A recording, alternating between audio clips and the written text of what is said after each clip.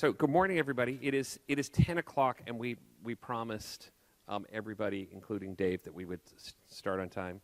Thank you, Dave, for our tech support. We always want to say thank you to those folks because they make us look good and sound good. I'm on the podium, Mike, for this, and Peggy's going to travel, so thanks to Dave. Just before we get started, I'm just curious, how many folks do we have in elementary here? Okay. Pre-K, any real young ones? Oh, awesome, cool. Middle school? Cool. High school? Wow, really kind of spread across the spectrum. Higher ed? Anybody higher ed? No? Just interesting to see. So that's cool. It's the full spread, and it's really encouraging to see folks from elementary and pre-K too. I just was in DC last week at the Early Education Fab Lab Partnership Summit with U.S. Department of Education, Smithsonian, MIT Fab Foundation, and there's a real movement from the highest levels to bring the maker movement and Fab Labs starting as early as we can.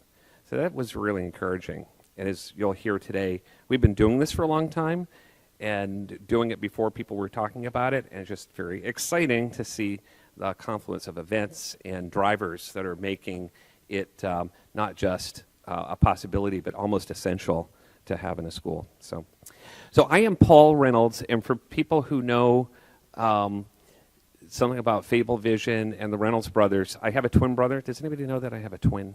Right. So I've been getting a lot of hugs from people who know Peter Reynolds really well. You might know Peter's work from the Dot and Ish and the Judy Moody series. So he gets around a lot and speaks a lot. So if you've given me a hug or said hello and I didn't recognize you, I apologize right now. I always like to get that out of the way. So there are two of us. So we're gonna jump in with the question, which how we framed the whole workshop was, making 3D a reality, right? And I'm just going to tell you a little bit of a story. About 6 years ago, this amazing woman named Dr. Peggy Healy Stearns gave me a call.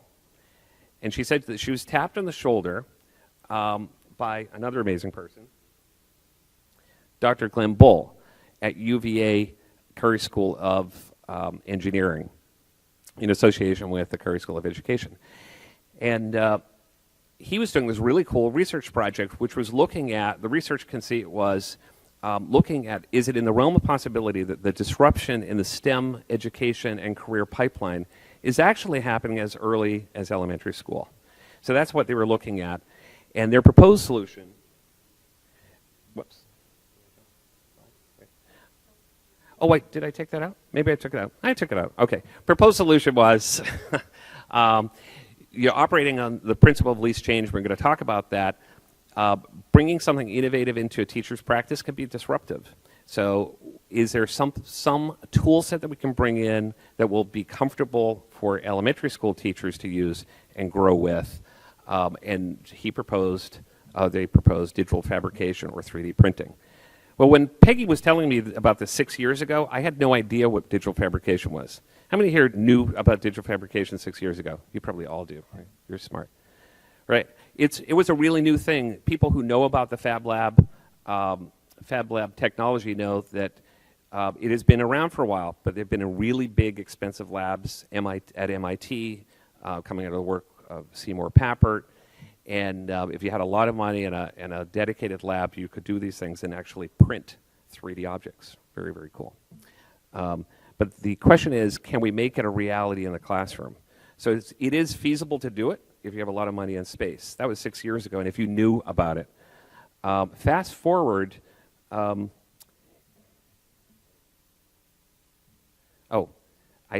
added this slide. So it had to take a little bit of magic to make this happen, because it's a research project, but it's an R&D product. It wasn't just studying about it. It was actually creating a set of tools and testing them and co-creating them with teachers over the last 5 years to say, is it desirable? And everybody said, yeah. Is it feasible? Was a real big question. And Peggy is known for carrying around a magic wand. Do you have your magic wand? This is one of her magic wands. a gift from Peter Reynolds to Peggy, because she always seems to make magic happen. She and Peter have been creating software for many, many years, starting in the Tom Snyder production days with Neighborhood Map Maker, Graph Club, and a lot of other awesome software projects. So we really needed that magic wand through the last 5 years, because it's been a lot of work and very exciting to actually unveil it here at FETC. So the final tool set is done, and we're giving you guys the sneak preview.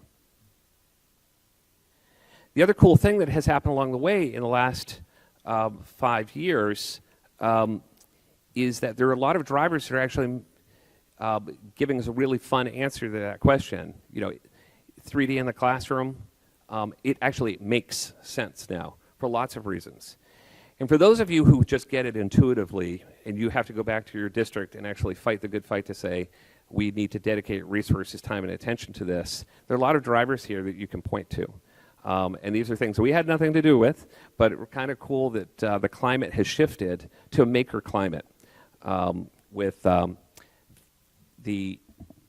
and let's see, just going along with the slides. State and national standards have been evolving, and there's lots of discussion about pluses and minuses. One of the cool things is that engineering has actually been identified as a standard to introduce very early on and design thinking with kids. We think that's awesome. That has helped us. The maker movement obviously has swept the nation, and there are a lot of any maker avid fans here. Anybody considers themselves in the maker movement? Yeah. We have a lot of adult friends who are really into the maker movement, and it just captures people's imagination. Of course, the movement from STEM to STEAM, introducing arts and creativity. So it's not necessarily do it in the art room, but that those principles of creativity, bring it to STEM, because the most there we go. The most valuable thing that can happen in a STEM lab is invention. And invention and innovation requires creativity, so building that in. I put the 4 C's there because we're doing a lot of work with the Partnership for 21st Century Skills, in and out there. And I love the fact that there are 17 skills in the framework to be economically viable and productive citizens in the 21st century. And the top 4 are communication, collaboration, critical thinking, and our favorite one, creativity. Of course, everybody's saying, well, how do I do creativity in the classroom on Monday? And this is kind of a cool project because that helps answer it.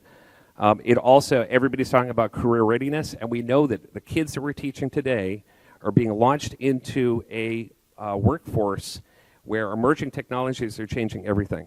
So you can't actually teach them what they need to know 18 years from now. You can get them ready to have a disposition toward invention and creative thinking and making sense of the world and doing it as early on as possible. And then, of course, the other wonderful thing, and this is part of what we are part of a coalition of researchers looking at this, and the research is actually helping support us that there is significant impact in learning outcomes, and Peggy will talk about that. So there's a lot of ammunition that you have to go in when you make the case to bring in maker elements into your school. Just a little bit of background. The Fab School Coalition is made up of an amazing team of people. Sometimes you put people together, big organizations, and it's not a good thing. This has been a really, really good thing. Led by UVA, SITE, Smithsonian, Princeton, Hofstra, Silhouette, Affinia, Reynolds Center, which is our nonprofit group, the Reynolds Center for Teaching, Learning, and Creativity, and FableVision Learning, and a lot of folks know FableVision, with lots of support along the way, because a research project like this doesn't just happen. We've got support from corporate level folks, Motorola, Cisco Foundation, Alcoa Foundation. Very excited to have the Fab School project won an I3 grant, a $3 million grant through the Albemarle District in Virginia. We'll chat about that. NSF funding, MacArthur, Noyce Foundation, and an SBIR grant as well. So thanks to all of those, because that is actually helping us make 3D a reality in the classroom, because there are people who have believed over the last 5 years. Collaborative goals, I'm not going to read all of those, but the basic concept here is everybody in this coalition believes that we have to lower the on-ramp to this experience.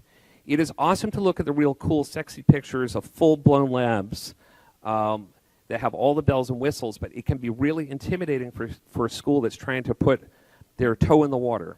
And our message is we can lower that on-ramp, so it does not matter whether you're preschool and have just a simple $70 printer cutter. You can turn your classroom into a makerspace. So we have to pull away any of the friction points out of the way to make sure that we introduce this to meaningful engineering experiences for kids. And I don't know if I'm just shortchanging that slide, Peggy, but you can fill things in. I just want to move things along to get to actually showing you things. So on-ramp, right? The on-ramp makes the technology accessible. We're just talking about this. Inexpensive. You can cut by hand. Peggy's going to talk about that. And actually, is this where we're shifting to you, Peggy? I don't know. Whenever. I think we're going to shift to Peggy soon. So even if you don't have a 3D printer, and we want to make this point, it is awesome if you have a 3D printer. We love them. We have several at FableVision Studios, and they're printing almost constantly. Gary Goldberg, the president of FableVision Studios, made an entire printer with his son in the basement out of a kit. But if you don't have a 3D printer, you can, actually this is probably a good place for you to shift, right? One of the big advances that we have brought to this is we're lowering the on-ramp.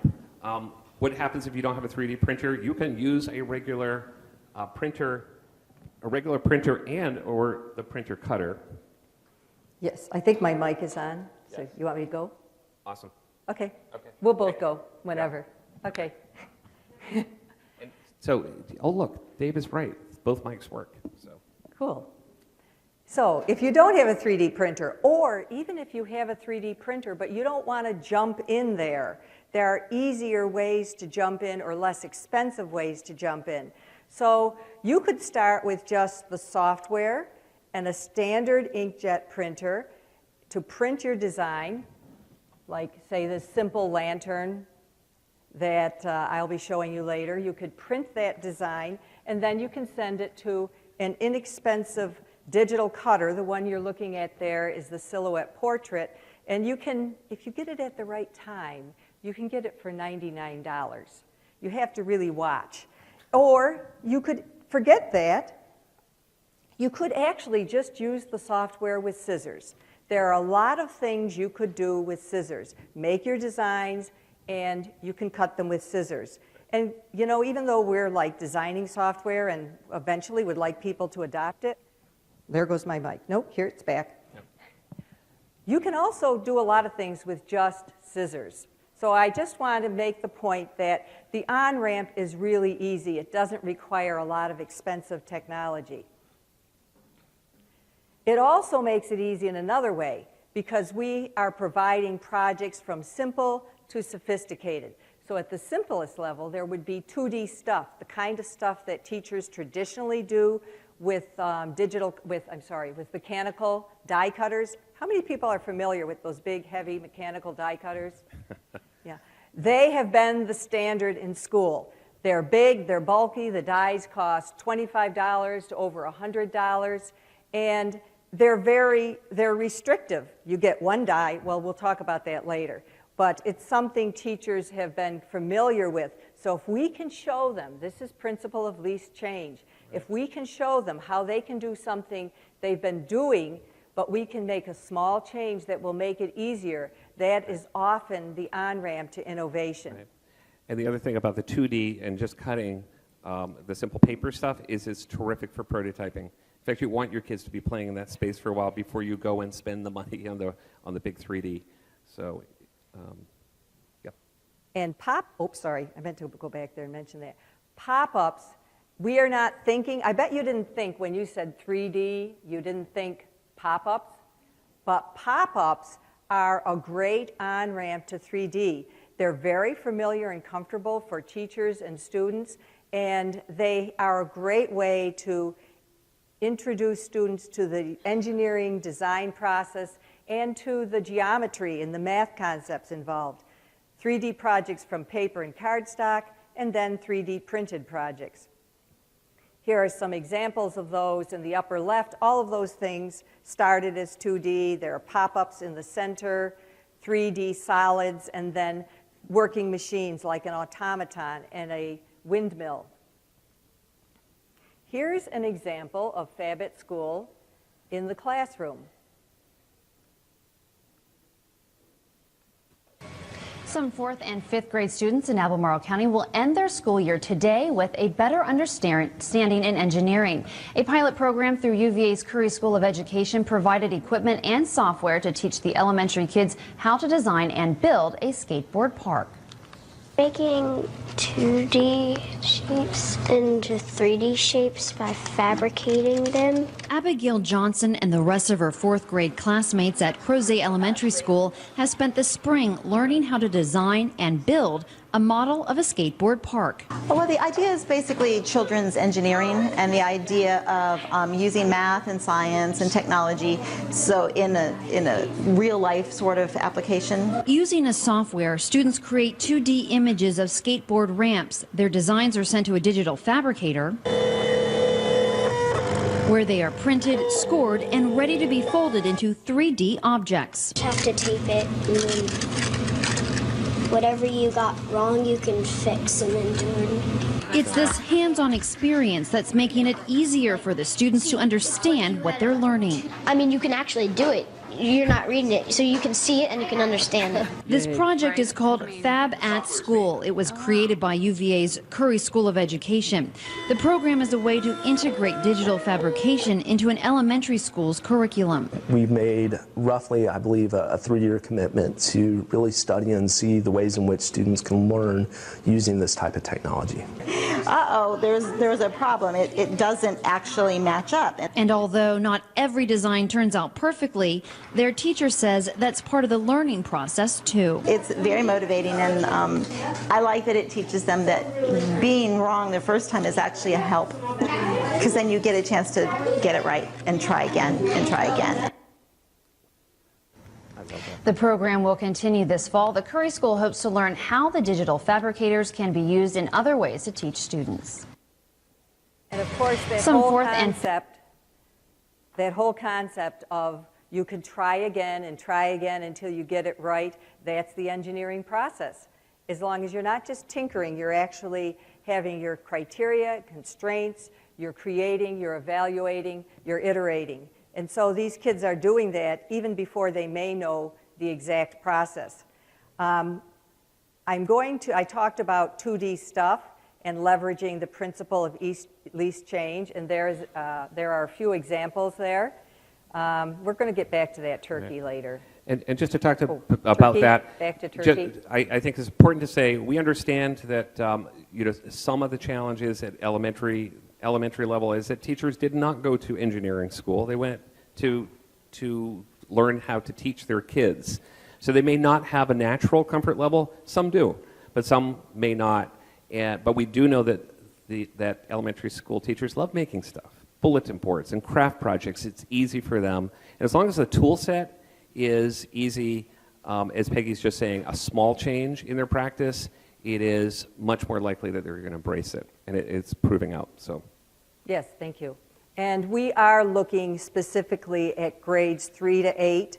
So that's why we're starting with the easy stuff to get the younger students on board, and actually a little bit more the elementary teachers on board, because as Paul said, teachers weren't trained to teach engineering. And yet we're saying next generation science standards, engineering is core. So how do they do that? So we're trying to make that comfortable. The next level we talked about was pop-ups, kind of, as I said, a different angle on 3D. And the tool that we will be showing you includes ready-made pop-ups that make it easy for students to get started, but also the ability to make custom pop-ups, like in the upper left and the upper right. Those were not made from ready-made pop-ups. And just a note, a lot of these images we happen to have on the slide look like younger kids, and absolutely the conceit is to create a spectrum to start early, keep them going, and right through high school. So it is definitely a K-12 program. Well, the software is going to be more 3-8, but the whole program, Yep. Fab at School, Yep. is going through the high school. Right. Obviously, pop-ups give us more ability to integrate other skills and concepts that involve math, engineering, art, and literacy. And I won't go through all of them, but you can see some of those concepts that we have identified from the standards. Here is an example of one of the things that students made in the Noyce Foundation pilot this summer. Noyce Foundation very generously funded a pilot of the software prototype this summer. And the interesting thing about this is that we had struggling students, grades 4 to 6, in this particular pilot. They were struggling students. They were the students who were forced to attend summer school. So you can kind of think about what their attitude might be. And they were so totally engaged that the word got out that this stuff is exciting, and the kids who were going to skip out came in. So here's an example of one of the activities we did. Kids made a pop-up, and then to make it more engaging, we had them add the circuitry. So on the right side, in the small image, you see the pop-up card design, which isn't popping right there. You see it, though. And underneath it, you see the circuitry, which would be laid behind the pop-up. And the circuitry is made inexpensively and simply from copper conductive tape, coin cell batteries, and 3mm LED lights. So this is the way this little pop-up lights up. Look at that, it even blinks. And the cool thing about that is that that was not by design. The kids, being very excited about this, kept adding more and more LED lights. And eventually they discovered that they'd hit the limit of what the coin cell battery would support. And so the lights started blinking. Right. So there was innovation by accident, Right. which was wonderful. And a special shout out to Noyce Foundation. Their science subcommittee was just awesome because they really became co-researchers with us. And their pain point is, for many years, they've been providing funding for after school. They tried in school for a while, and they're like, it was just too hard. So they did after school. And then all of their research kept pointing out that they were missing the boat. It was not automatic that kids in the after school program were bringing into the classroom. So they were excited that we were sort of blending, creating an experience that felt like an enrichment after school program happening in the classroom tied to the curriculum. So, and they were just terrific in helping us design some of the research instruments as well. Yes, they were very supportive. Yeah. Wonderful. The next video is interesting because it gives you an idea of the level of engagement. These students, as I mentioned, had to come to summer school, and they're doing this electrical circuitry. They're low-performing students. It was difficult for them, but look at the level of engagement in this video. They were not asked to be quiet. They did not know they were being filmed, and we didn't strip out the sound, which you can tell because you hear the scissors and the clips and things. But these kids were so totally engaged and excited about what they were doing. And there were noisy moments in the collaborative design Oh, process, yes. but once they were in building, they were completely in their zone. Oh, I'm glad you Yeah. mentioned that Yeah. because, yes, they did collaborate in their designs, Yeah. and they were usually noisy. But Yeah. when they got into making these circuits, they were so intense Right. that we couldn't believe how quiet they were.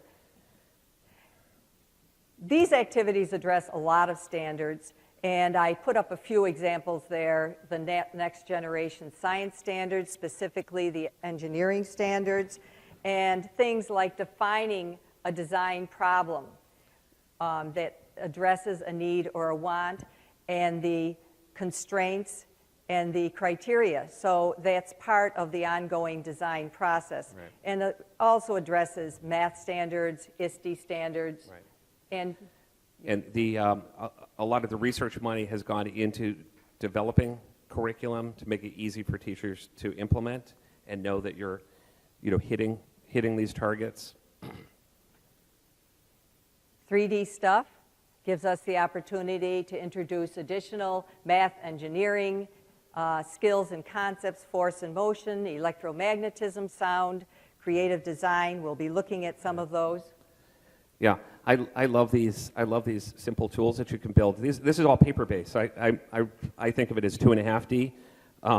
It gets you to 3D without having to get into the actual 3D printers. The thing about the cardstock is that you can cut out a net for a 3D object. And look at the parts that went into making the automaton with the snake there. You know, you can cut those pieces out really quickly. If you were to try to make even just the box part of it 3D, it would take a lot more time and a lot more material. So the cardstock is a great on-ramp to creating 3D that is practical and accessible. Here is an example. Okay, so starting 3D stuff, we try to start with something simple, like this lantern activity. Everyone loves here. the lantern activity. It's like the easiest way to get kids and adults actually excited. Yeah. It's super, super easy to do. That is an example of one of the activities kids start with. Simple template, they customize the template, and they can experiment with different wiring. I will tell you that it actually took, you wouldn't believe how much copper conductive tape was wrapped around here when kids first started designing how should the wire go and what's going to be the tab. And look at how simple the design ended up. It's like the one shown there. It's very simple. And so there's a close-up. Every so often, I'm supposed to remind Peggy that she has to keep moving fast. Oh, okay, yes. We have a lot of slides. We were thinking this should actually have been a day-long Fab Lab camp because there is so much to do, and ideally it would have been great to have had stations set up and doing that. Maybe that's going to be next year. Or ISTE, too. Or ISTE, Yep. yep. Then we'll practice at ISTE, Yep. and we'll come back here for the real deal. But there you go. Okay. So there you have it. So And, that's a simple activity. And, yeah, I see you're watching the time. Yes. Okay. And students then, after modifying that design and working with it, can innovate and create new designs. For instance, the Noyce Foundation pilot students created lighted houses. They were doing a little contract for Virginia Dominion Power. And so as part of that, they were creating something that Virginia Dominion would be interested in. Right. And John Long, how many people know John Long? Palm Beach County? Yeah. Awesome, awesome guy. John Long is always looking for ways to integrate technology, specifically in literacy. So for Halloween this year, and he is also kind of on the forefront of the maker movement, especially in elementary education. What he did is he did an activity where the students, they were 5th grade students, and they read a fairly simple book because the point was not about the reading level. The little old lady who was not afraid of anything. And then they did a compare-contrast literacy activity. What's scary, what isn't scary, and then they designed their lanterns, and their lanterns could be scary or not scary. I'll give you a little snippet. John made this very cool movie. Galaxy E3 Elementary is one of the schools. You could see the kids get very excited.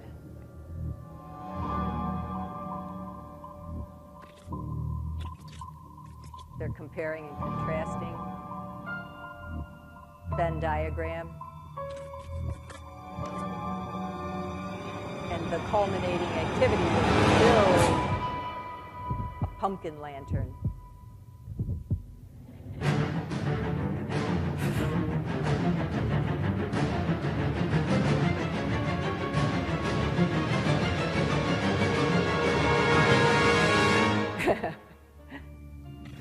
Very cute. So John Long, in addition to being a fabulous educator, is obviously also a very good movie maker. Right. 3D stuff, one of the other things they did, and you saw an example earlier, was design automata. And they would design and fabricate these automata with shafts and cams, which I thought was really cool, because when I was in elementary school, I had never heard of a cam. I didn't know what a cam was. Well, maybe I had a friend named Cam, but I didn't know what a cam was. And here's an example of an automaton in action. Action. Well, I don't know why this movie's not playing.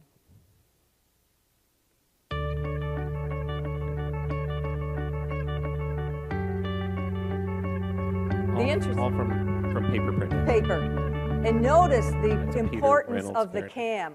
The cam determines the motion. So if you want your boat to rock, you use one type of cam. If you want a smooth ride, you're going to use a different type of cam. Right. So kids are learning important engineering principles in a very simple way. Now it won't stop. Yeah. Okay, so kids design the nets or the flat patterns. They print and cut the parts. They assemble them. They create the circuit to turn on the LED lights. And here's an example of a student explaining that. We're hooking up the batteries to the wires to that light up like the clown faces and stuff. And how are you doing that? Well, we took the wires and then we taped them onto the cranks, and we put some tin foil because it's bigger, so we could touch the positive and the negative things right here on the LED easier. We're I'm gonna hooking up the skip out of batteries that. to the wires. I'm moving ahead only because of the time. Students also made paper speakers. And one of the cool things here is they made these speakers just using a magnet, a wire coil, and a paper cone. Is a speaker like that ever going to work? Let's see. What else can a poor boy Magnet, wire coil, paper, and the speaker works. Very exciting for kids. They can hook it up to a small device, and all of a sudden they've got a pretty good working speaker. And just one shout out, I should have done it a few slides ago, to John. Educators like John Long are the folks on the forefront who are activating the tool set and the methodology. And unless we have people who are activating, it's not happening. So all of you showed up today because I think you have an interest in this. Stay connected with us because we want to hear your stories. Every time you have a successful experience, that becomes another proof point. And if we're moving a national agenda forward, we need as many as possible. So if you have videos or photographs, please send them along to us. Now we're finally talking about what probably everybody thought we were going to talk about from the beginning, which is 3D printing. But as we said, that is just one aspect, and you don't have to have a 3D printer. And if you have one, you don't have to use it all the time. There are other ways to prototype, to build the on-ramp. So obviously, when you start using a 3D printer, there are other kinds of things you can do. And I'll show you some more examples of these. Here we have the telegraph key and relay, which was a replica of an early one, and it's part of our Smithsonian invention kits. Another option I'm going to mention, which we are just beginning to experiment with, is resin casting from cardstock models. So you would print, maybe you don't have a 3D printer.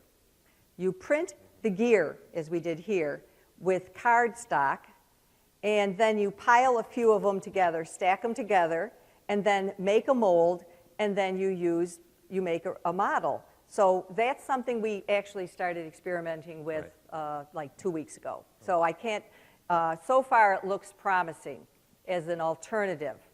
We're really wanting kids to understand all the different ways of making the projects and provide opportunities.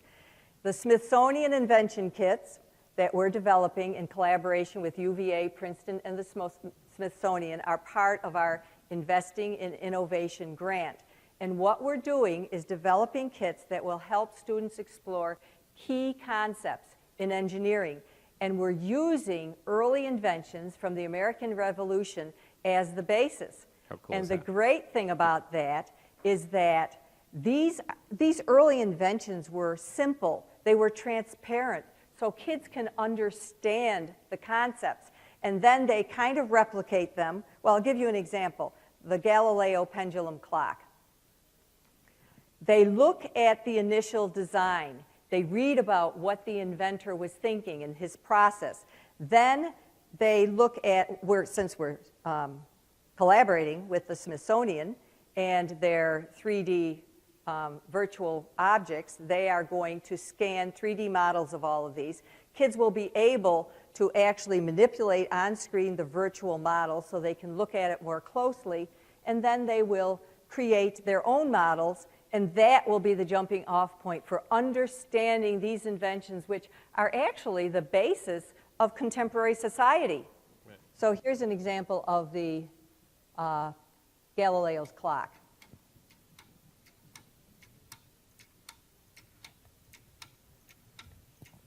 I just love these gears. Yeah. I'm a big fan of gears. Mm-hmm. And we're working on replicating this whole thing with cardstock. So you don't have to have a 3D printer. Right. We have a 5th grade class in Holland that is doing this activity too. So our range for the Smithsonian kits is basically grades 4 to 8. Right. But we are working on seeing how far down we can take some of these activities. We're also working at looking how to connect with multiple disciplines. Things with math, science, engineering, those are obvious. Art, social studies becomes increasingly obvious when you're using this, and then other areas as well. Yep. So now, I'm going to show you the software we've been working on and using. I'm actually showing you 2 versions. I'm going to start by showing you the prototype that we developed several years ago, and then I'm going to segue into the new version that we're designing for the web. The thing about the new version is that it's a web app. So it is, you can run it on pretty much any device and any modern browser. And if your students have an account, they can log on from school, and then they can log on at home, or log on vacation, or anywhere they are. They're out on a boat, they can log on there. Mm-hmm. So let's take a look here. I'm going to... And to point one thing out, people who have been following us know that the original name, the placeholder name was Fab School Designer, and the official name is now Fab School Maker Studio. And it's a nod to the maker movement, and Studio, we felt, helped suggest the idea of a collaborative environment versus just a single designer. So we wanted to just get those messages in. Thank you. Well, I mentioned the on-ramp, which is 2D things. So you could take an image from the library. We'll just take one. Oh, well, let's get that turkey, because we saw that turkey. Where is the turkey? Well, I could search for him, but I know he's right here. So there's a lot of Peter Reynolds artwork in here. That's a Peter Reynolds turkey. Yes, it is a Peter Reynolds turkey. You know his art when you see it. So instead of the turkey mechanical die, you can have a design from the library or anything you import, and you can print it, and then you can send it to the digital cutter. And it's going to cut it perfectly. Because it has registration marks, it's going to know exactly where to cut those lines. So much more flexible than the turkey on orange construction paper in one size. You could also make this turkey small, so you can, of course, replicate and have multiple designs on a page. You can also import designs. So maybe I don't have a design that I want of the little rabbit, but I can print that rabbit, and I'll use the preview here. I can cut it exactly. So that is a really practical on-ramp for teachers, and that's the purpose of that. The next level was, yes? Yes. Paper, cardstock, vinyl. The newer ones can do a lighter chipboard. They're becoming fabric, so quite a variety. The next level I mentioned was pop-ups, and I mentioned that we have ready-made pop-ups that help students get started exploring the process and the geometry. So let's take a look here at a box pop-up, which doesn't look like much of anything right there. But even though it doesn't look like anything yet, let's go to the 3D viewer and start looking at this. Guess what I see already? I see parallel lines, parallelograms, angles, obtuse angles, acute angles, and as I open and close it, I begin to understand the symmetry and how this kind of design works. Now I can add make these pretty complex if I want to. I'll do a simple example here. I could start looking at that. These are actually nested pop-ups when they're inside of each other. Anybody here a pop-up fan? Any pop-up fans? One pop-up fan. No, two over here. Oh, two? Yeah. Oh, good. Yeah. I'm a major pop-up fan, which is kind of obvious that I spent this much time putting pop-ups into this program. But it's not just because I love them visually and creatively. It's because of the mathematics involved. And here you begin to see, once again, you begin to look at proportion. And, of course, there are other kinds of pop-ups. So we'll just add something here and put it over here. And it just makes sense for visual learners understanding that the abstraction of that 2D net, flat net, into it becoming a 3D shape. Yes. It's the on-ramp to understanding 3 dimensions. Now, I'll show you one other example. You can actually create any kind of pop-up using the line tool, or you could take a graphic. So let's use an example here. I'm going to take this graphic. And maybe I want to make a pop-up out of a graphic. Well, if I preview the cut lines right now, it's just going to cut out. That's not going to pop up. So the kids have to figure out, what do I need to do to that to make it a pop-up? Well, some of this has got to adhere to the base page. So I'm going to go to this special, unique tool called the Cut Fold Tab tool. And I'm going to say, OK, I want this part on the left to adhere to the page. So I'm going to place markers and click on this line segment to select it. And I can then define it in different ways, but I want to say, don't cut. And so that's not going to be cut. I can do the same thing on the other side. Excuse me. Don't cut. And now you can see that part of it's going to adhere to the page. If I want to, I can use the graph to be sure I line up these markers. Thank you. And I can drag those markers to move and change the line definition. I can also use this to define fold lines, or mountain folds, valley folds, and cut lines, or just a graphic-only line. So kids can be very creative. Ideally, I would add an extra fold line here and along the sides, but often kids, getting the main concept, will just fold those parts by hand. Their first one, we would let them do that. Okay, that's a quick look at where we are coming from. And now I'm going to move to the new web app, which you can see looks kind of similar, right?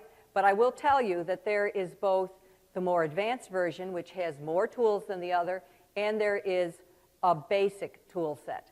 You see the difference there? But I'm going to go back to the full tool set.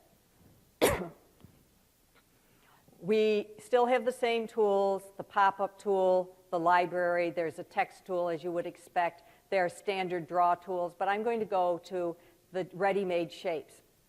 The important thing about ready-made shapes is that they are ready-made, pre-sized, and magnetized. So when kids are trying to make a flat net or pattern for, say, a box or an automata or something, they have shapes they can begin with. They don't have to use these, but it's a starting point. So, for instance, in the earlier picture, I was showing the square pyramid. So if I wanted to make that, actually, I have kids hold it in their hands first. How do you make a square pyramid? Well, I look at it, and there's a square, and then there's a triangle. Each side is a triangle. So let's see. And here they are. They're pre-sized, so they're going to fit together, and they snap together. So kids can start easily building their nets. They can experience immediate success. Snaps into place. And I could build the rest of it, but to save time, I'm going to go directly back to the cut fold tool, which I talked about, because it does something other than define cut and fold lines. If I know that when I put this together, I'm going to need tabs, which I am, then I can place a marker, choose a line segment, and then I can click to add a tab. And I can modify those tabs, make them larger or smaller, and I can resize them this way. So that makes it very easy for kids to be successful creating tabs. and 3D nets. Now I'm going to go on. If you do not want to use the ready-made shapes, you can, of course, modify them. So, and the goal is for kids to, at a certain point, the kids are going to want to bust out of that safe harbor. And that's kind of the point, right? You want the kids to say, well, I want to make my own, and let them jump over the fence to the next level. So they'll level up, and they'll let you know that. But if they want to stay in this safe area for a while, that's cool too. So the first step out of the safe harbor is to do the standard resizing. But you can also use edit points. So I can start dragging edit points and reshaping things. Or, by the way, I'm not going to show you the line tool because it's pretty standard, but obviously I could also start from scratch. So I can start reshaping this, and when I'm doing it, there are manipulative tools that help students take a look mathematically at what they're doing. So this ruler can be resized. I can drag to resize it. Ooh, did we lose our internet?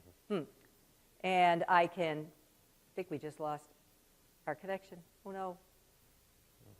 I can, okay, we lost it. This ruler, I will tell you what it should be doing, and it does do when my connection is good. I can snap it up against the shape, I can rotate it, I can resize it, I can bring it out as a small ruler or a large ruler and put it away. And we have a protractor, see this is stuck too. A manipulative protractor that can be dragged and snapped against the shape. It'll snap to the vertex. I can expand it, I can shrink it, I can rotate it, and I actually had Dave unplug your internet. You did? Oh. Yeah, because we're getting close to time. Oh, okay. And I, not to force an end to this and keep jumping into essential things, but the point of showing you a glimpse of it might even be frustrating to see this and want to know more. You're going to stay in contact with us. We want to find early adopters who are going to bring this in, so you'll have plenty of chance to get in and play with it and ask as many questions as possible. Our mantra continues to be co-design. We're co-designing with you, so you let us know if there's something that will make it easier for you to introduce it into the classroom. That is our goal. It's the goal of the whole research project, so stay in touch.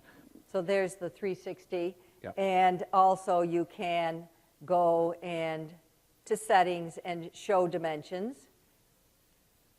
Oh, yeah, we've lost it. Yeah. So the dimensions would be displayed, and at which point you could also go to properties, and they would be displayed here as well. And of course, the kinds of things where you would expect, where you can enter the dimensions and resize it from the properties palette, where you also have mirror, reflections, alignment, or range.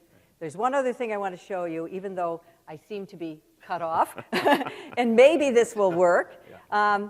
We are providing an easy on-ramp to 3D printing in this version. The next version will provide a full 3D modeling environment. But for instance, if I want to 3D print this gear, I'll get rid of the triangle here. I can select the gear, I can go to export, and I can export it to STL. And then I'm going to define the third dimension, because I've already defined X, Y, the first two dimensions in the program, and I can define the third dimension, and I can export the file, and then I can go to my 3D printer program and open it.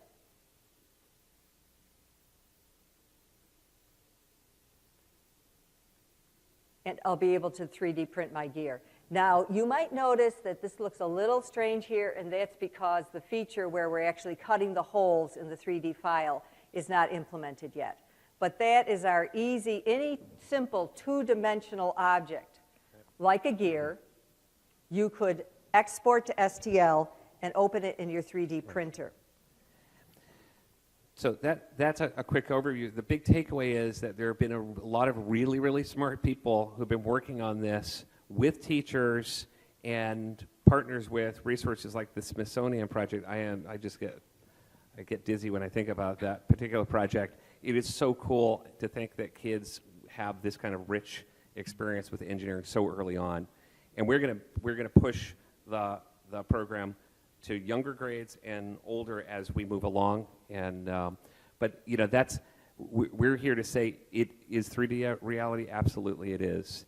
Is it desirable and feasible? It is both. People are proving that's desirable, and it definitely is feasible, even with really budget challenged environments. So, and then there's a whole research. There's a lot of research behind. Well, I can do it quickly. Quickly, So okay. you don't cut me off again. No. Yeah.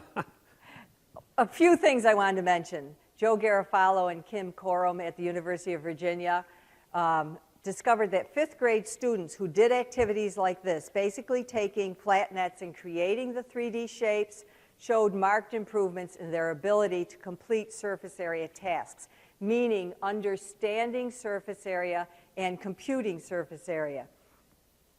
Also, preliminary research from the Buford Middle School in conjunction with the University of Virginia showed that the students who, well, basically, quick background, they took 8th grade science students and they put them in 2 different settings, 43 matched students in matched groups. And in one group, they took science, studied the electromagnetism unit in the traditional setting, in the traditional way. In the other group, they were making stuff all along. So if they studied a solenoid, they made a solenoid.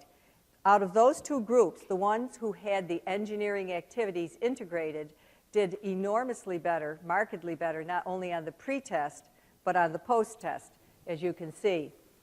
And then our Noyce Foundation pilot was very interesting because the Noyce Foundation is particularly interested in STEM attitudes. So students said things about the software like, I could figure it out on my own. I liked it because we could mess up and could learn from our mistakes. That was in particular response to the 3D viewer. Moving quickly here. Teachers said the software offered multiple STEM and non-STEM learning opportunities, problem solving, testing and troubleshooting, observation and spatial analysis skills, 21st century skills. And in the common instrument, which is 2 self-inventories, 27 items each, on interest in science and technology, 33 to 49% of the students were much more interested in science and technology on items like that. I want to mention that we're going to make all of this information available on our presenter zone. We just didn't finish the slideshow until this morning because things kept changing. So we wanted to put the latest version up there. And to Noyce's credit, they were really interested in attitudinal changes. And their point was, we want kids, we're not interested necessarily in academic performance, especially early on. We want kids to fall in love with STEM, not test well in STEM. There are ways you can test well and not actually fall in love. In fact, you may actually fall out of love. And they said, eventually you will get to mastery if you fall in love with it. It becomes part of who you are, and may you never stop. And so that's the on-ramp that keeps going. Other initiatives, just investing in innovation, which we Right. talked about, collaboration Right. with UVA, Princeton, Smithsonian, involves not only the invention kits, but also, so they're developing the curriculum, but there will be controlled research to validate. We hope it validates and shows impact on learning, and the preliminary research suggests it does. Right. The International Technology and Engineering Education Association, in collaboration with SITE, the Society for Information Technology and Teacher Education, are sponsoring 2 model schools, one in Charlottesville and one in Arlington, Virginia, and those will also be research sites. Right. Alcoa Foundation pilot, that was good news in December, I think, right? Yeah, It was before December, Christmas. Before Christmas. Mm-hmm. It was a nice Christmas present. Mm-hmm. And they're funding a pilot also in Virginia. Right? Virginia, Yeah, right? Virginia. Actually, we are providing every 4th through 8th grade school in Albemarle County and Charlottesville City with the software, courtesy of Alcoa, and we are providing the professional development. And then to give to move us away from Virginia, because Virginia seems to get a lot of Well, action, right? that was Because the it's birthplace, UVA, right. yeah. But, Not only of democracy, but Yuma, Arizona, that's going to be a really cool deployment. Some really challenged schools out there. I think it's 18 different schools, and Cisco Foundation has helped fund that. God bless them. And I have been getting very deeply involved with the Early Education Fab Lab partnership. A small group of pretty influential people, as I said before, some folks from USDOE were there, and they were really, really excited about the Fab Lab and Maker movement in the classroom. And Libby Doggett, who is at USDOE, was really pushing to say how early can we bring this in, and so it's just cool to have folks right at the top who are pushing for this. So there's lots of good news. Oh, so let's keep connecting the dots. So if you want to stay in touch, and this really is the point, right? Everybody who showed up today are co-designers and co-researchers. We need you. The conceit of the project is not fulfilled unless it actually works, right? Otherwise, it's a great idea. So steamthinking.org/FabLab. Steam Thinking is a project from the Reynolds Center, our nonprofit group. And you can sign up there for more information and stay in touch. Hearing what your specific needs are, if you're already doing it, if you're brand new, that's cool. No matter where you are, we are also big on Twitter. I do the at FableVision tweets, so you can follow me there. And Steve Wisner is in the back, right, from FableVision Learning, and Jose, stand up Jose, hi Jose, who are with FableVision Learning, and they're going to be the folks who are actually, taking care of all of our teachers who are using it in the years to come. So thank you, everybody. Is that it, Peggy? Any last thought? We're good. We will be eager to be in touch with you, and thank you very much. We're really excited to hear what you're actually doing in your classrooms or what you're planning to do. Right. So thank you, all of you, for making 3D a reality in the classroom. So stay in touch. Thank you.